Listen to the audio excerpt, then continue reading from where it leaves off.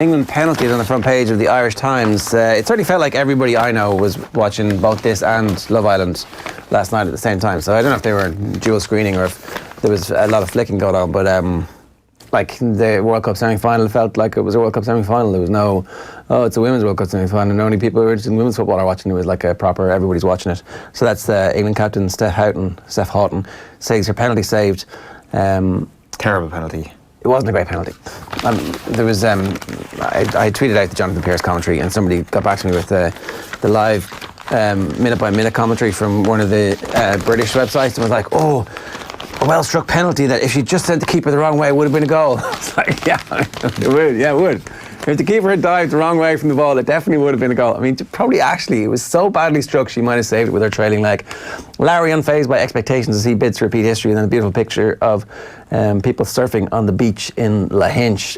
Moynihan hopes game will hit big time for big week, so full page of golf there, and that's the picture of Alex Morgan with the header. A beautiful header, the back post. Ndombele joined Spurs from Lyon in record deal. 55.45 million sterling plus 10 million in add-ons, which eclipses the 42 million they paid for Davinson Sanchez in 2017. So, yeah, I mean, I don't know. Spurs used to be really good at getting those 7 million players and then turn them into 50 million players, but maybe this is the statement of intent, is it? Without question, the statement of intent. This guy is a no-brainer when it comes to Tottenham Hotspur signing. An absolutely outrageous talent, worth every penny of the money they're putting on the table. A brilliant piece of work. What does he do? From a Spurs perspective, he will be the next Moussa Dembele, I think. I think that's what they're going to get him to do. Box to box, great pass for the ball, very forward. When he has the ball at his feet, the pass will go forward. Great, he can pick out a pass, and he will be the engine room of that Tottenham Hotspur midfield, a one-man engine room, so to speak. So this is the sort of thing that Christian Eriksen looks at and is like, hold on a minute, this midfield is a hell of a lot better than the midfield I used to play in. Do I prefer playing in front of Harry Winks or Eric Dyer, or would I prefer playing in front of Ndombele? And this brings Tottenham's midfield to a new level. This is the sort of signing that Manchester United would have dreamed of, really.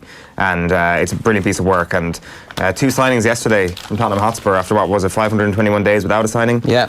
So, yeah, it's a very, very, as much as it pains me to say it, a very exciting time to be a Tottenham Hotspur fan.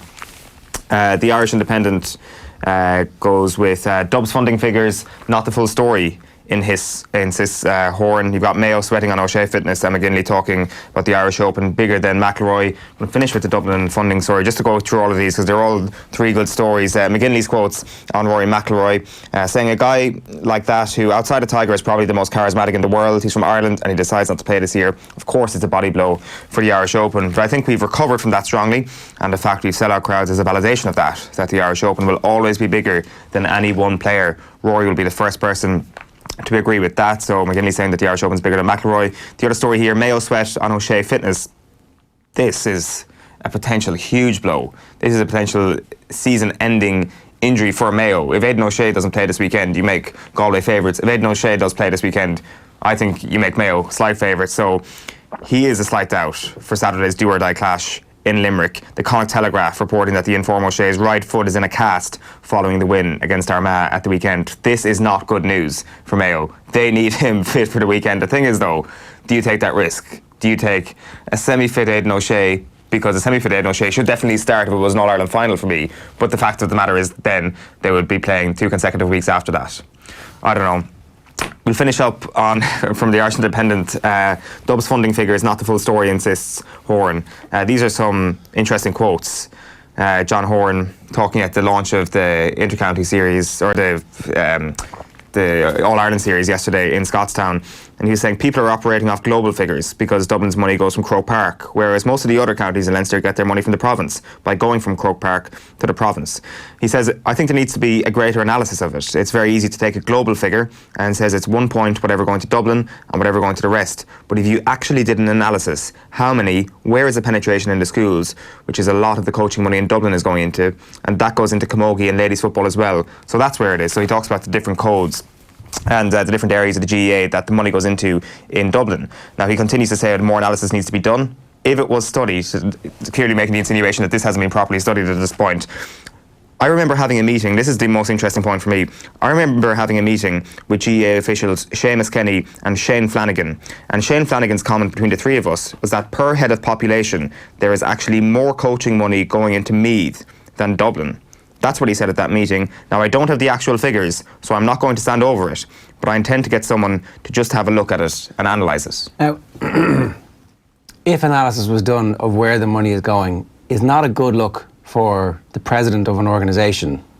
You would think that the president of an organisation would know where the money is going and that he would have done the analysis, or that somebody's job is to do the analysis, as opposed to literally hearsay, which he's now putting out, but not standing over. While also criticising people for not doing a proper analysis of it. I mean, the other thing is that the money in Dublin goes to ladies football and camogie. Are we to understand from that the games promotion officers in Meath and Kildare and Cork and Donegal only take the boys in the schools? Do they only go into boys' schools? If the school is mixed, the girls can't play? I mean, or is it actually just the same everywhere? Yeah, well, it obviously is. Like, I mean, that's... I just find that quote very unusual. This is an interesting line as well that's been mentioned across the papers in relation to this. Tyrone tried to bring a motion to Congress that asked for a transparent formula for the distribution of monies allocated to each county for games development. The Rules Advisory Committee ruled the motion out of order, but referred the motion to Central Council. Why are Tyrone bringing a motion about a transparent formula for the distribution of monies allocated for each county for games development? Like, if counties are actually feeling that things need to be more transparent, then there's a chance that things need to be more transparent. Yeah. So, I don't know. Why was it not... I don't know why it's been ruled out of order. So, my thing with these things being ruled out of order is that they're never fixed. It's always like, no, we're not touching that. It's not like, oh, that's a good motion, this is the better motion that we'll actually be able to put before Congress. Like the Donegal motion last year with regards to Croke Park. Precisely. And then there's, in the Horan stuff today, there's loads of the red herring about, oh, people wanted us to play in Parnell Park. No one wanted the Dubs to play in Parnell Park. They just wanted them not to have two games at Croke Park, which was the complete farrago around that whole debate last year, which it feels to me is exactly what's happening around the tiered discussion. So here is the Irish Daily Mirror this morning. No way back, and it's Cluxton pointing. Horan, passes to keepers could be banned soon. So this is next on the hit list for the Rules Committee to look at. They're going to ban back passes to the goalkeeper because it happens occasionally, and I don't know why. What are you going to do? Have the goalkeeper tied, like, literally on a 10-metre rope tied to his goal so he can't move? Or is it going to be like he's not allowed to pass it back to him in the penalty box? So essentially we're aping soccer here, except in a weird way. But that's fine. We're allowed to take good stuff in soccer when we want to. We just can't admit it. And then when he comes out of that, is he allowed? Is he then suddenly a footballer again? What? So no more Rory Began running up and having the crack? Like, why are we changing that rule? Yeah, like, the thing is, it's not a carbon copy of the soccer rule, because you can pass the ball back to the goalkeeper. He's just not allowed to pick it up. Yeah, the goalkeeper can still be involved in play, but this would completely take the goalkeeper out of play in football. Is that what? Because I wasn't sure if, like, you could pass it back to him, but he can't handle it. That would be absurd. I mean, it would be, but I'm not ruling anything out, Owen. Well, if you talk about... It doesn't seem particularly well thought out just yet. If you talk about the GAA getting a little bit tetchy at the possibility of using terms like Champions League format and all that sort of thing, well, the back pass should be setting alarm bells ringing in Croke Park. Crystal Palace are never going to sell Zaha to Arsenal, according to John Cross. Murray and Serena is on. It's going to be the most high-profile mixed doubles pairing in a long time, and Larry says he feels no pressure. Do we want to do the Mirror in the English version of the Mirror? Yeah. We're hot. We're hout. See, so maybe it is Houghton. I mean, certainly the Mirror twisting the pronunciation of... Because everybody knows Ray Houghton, so that's what they're doing. It's like... I think we should project our view on the English here for a change. Heartbreak for Lionesses. I mean, it's such a difficult language to speak, English. I don't know why they don't just say what it... Why does it not sound the way it's written? Heartbreak for Lionesses, that was a John Cleese joke, if anybody missed it. For Lionesses, Steph misses vital penalty in USA mock-us with tea drinking celebration. I mean, the tea drinking was class. She did it before, though, did she not? Was there not after the 13-0 and the decorum, was there not one of those in the next game where there was like a very prim and proper celebration to kind of give out about the fact that she'd been given out to about celebrations? Was there not? Was there? I missed that. I thought so, yeah. Yeah, no, to be fair, I did like the tea drinking celebration. That's what a celebration is supposed to be, you know? The Star from the UK, here's their one, also revelling in it. Down and Hout. Down in Hart. Doesn't quite work, does it? And then United 70 million move for Harry. It's Harry McGee. Harry Maguire is, I mean, if this happens, Man City are the most evil geniuses that have ever existed in the history of world football. Yeah. They're just sitting there stroking their white cats. Leicester, a room full of men in white cats. Leicester would be evil accomplice as well. I'm trying to think of evil sidekicks here, but nothing is coming to mind at the moment. But they're also trying to say that, this guy should be worth more than Virgil van Dijk. You have to beat the Virgil van Dijk money if you're going to get Harry Maguire, which really is just brass neck of the highest order, and fair play to them. But if this is actually a ploy by Manchester City, which I know is your theory, then it is brilliant. And that is the back page story on the Herald. United told to cough up. Maguire deal on hold as Foxes await further bids. You've got Alex Morgan celebrating there as USA beat England 2-1, and Dublin's Croker Carrot. So it looks like the Dublin Hurlers will be playing potentially their All-Ireland quarter-final with Tip in Croke Park. It's going to be a double header at headquarters, it seems. The back page of the Times. End of the world. Houghton misses penalty as England lose semi-final to US. Cricket final not free to air. The World Cup final will not be available free to air television, even if England are in contention.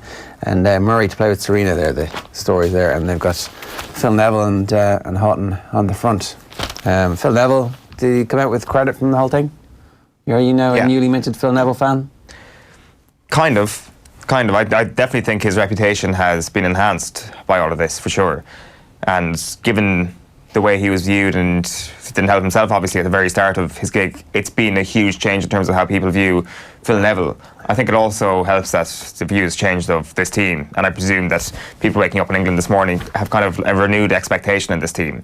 In 4 years' time there will be a huge emphasis on the fact that these people are potential world beaters, and to be honest with you, last night is the start of something. This vicious rivalry that is going to exist between England and the United States in football for the next few years. Anytime that these two go toe-to-toe, all the eyes in the world will be on this thing, because that's the sort of thing, as distasteful as I found the mixed zone celebrating afterwards, that shows that there is real needle between these teams. Yeah, and so it looks like they're going to meet in the Olympics, or certainly they'll be slated to both be in the Olympics with good teams. It's not under 23 in women's football as well, is it? Or is it a full team in the Olympics? Don't think so, no. I think it's pretty much full team. So, that's another one to keep an eye on, and that is the back page of The Guardian this morning, simply gone with heartbreak.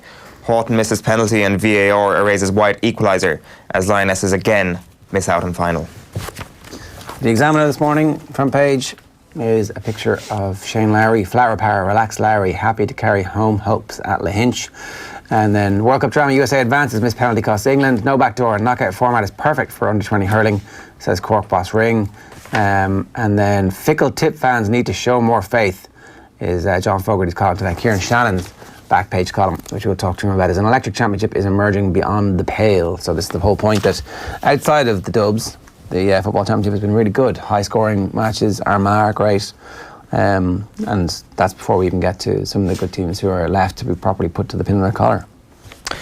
The back page of the Sun has a couple of interesting stories. The main one is, where do you think you're going? Irish teen with call to make, because it's Nathan Collins of Stoke City who could be going to Werder Bremen. Keen on signing him. 6'5" defender. Made 3 first-team appearances for Stoke at the end of last season. Been monitored by Manchester United. Also monitored by a couple of teams in Germany, it seems. So that'll be an exotic move, and probably a good move for someone like Nathan Collins at this point. Harry Maguire, meanwhile, has told Leicester City he wants to leave. And an exclusive by Mike McGrath here, saying that Mike Ashley is set for a shock bid to lure Roberto Martinez to Newcastle. So that'll be a lot of fun. That would be fun, yeah.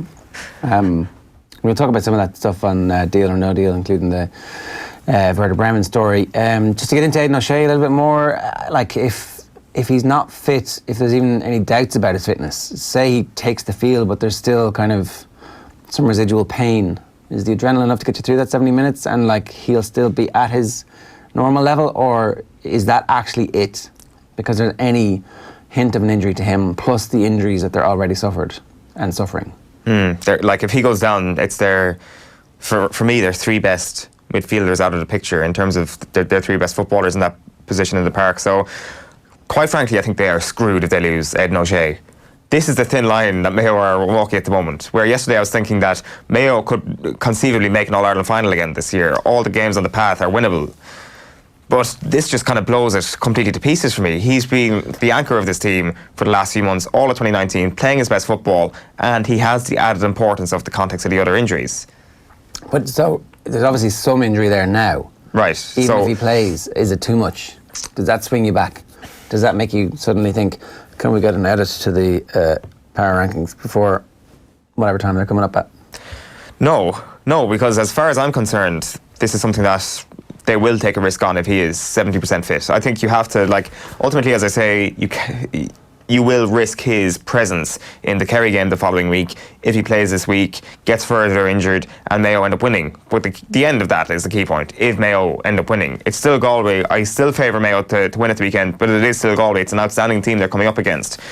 And really, I don't think they're going to be able to beat them without Aidan O'Shea. So you risk him this weekend if he is anywhere over 60% fit.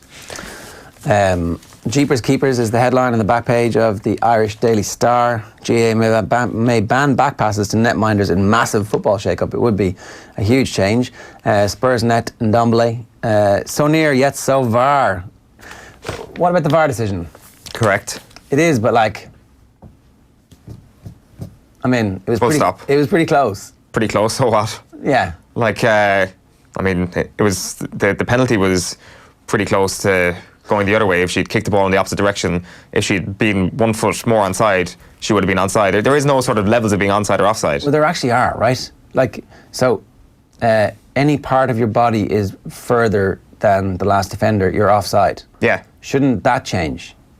But the way it currently is, she was offside. So, okay, factually correct, but a little bit pedantic. My point is, shouldn't the rules change? Isn't it a kind of bullshit situation where that goal gets ruled offside when actually they're clearly in line? So you think it should be kind of like the ball crossing the line, all of the body past all of the furthest defender? Is that what you're sort of suggesting? Yeah. Not a bad shout. Not a bad shout.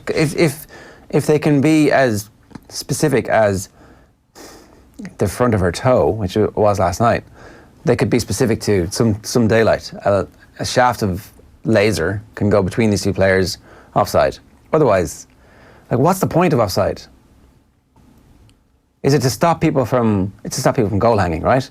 So the defender pushes out and you're roughly level with them. And then it's I think it would just completely remove the whole ambiguity around it. Because actually, when the goal was scored, I thought, that was close. As opposed to thinking, well, that's exactly what should be happening.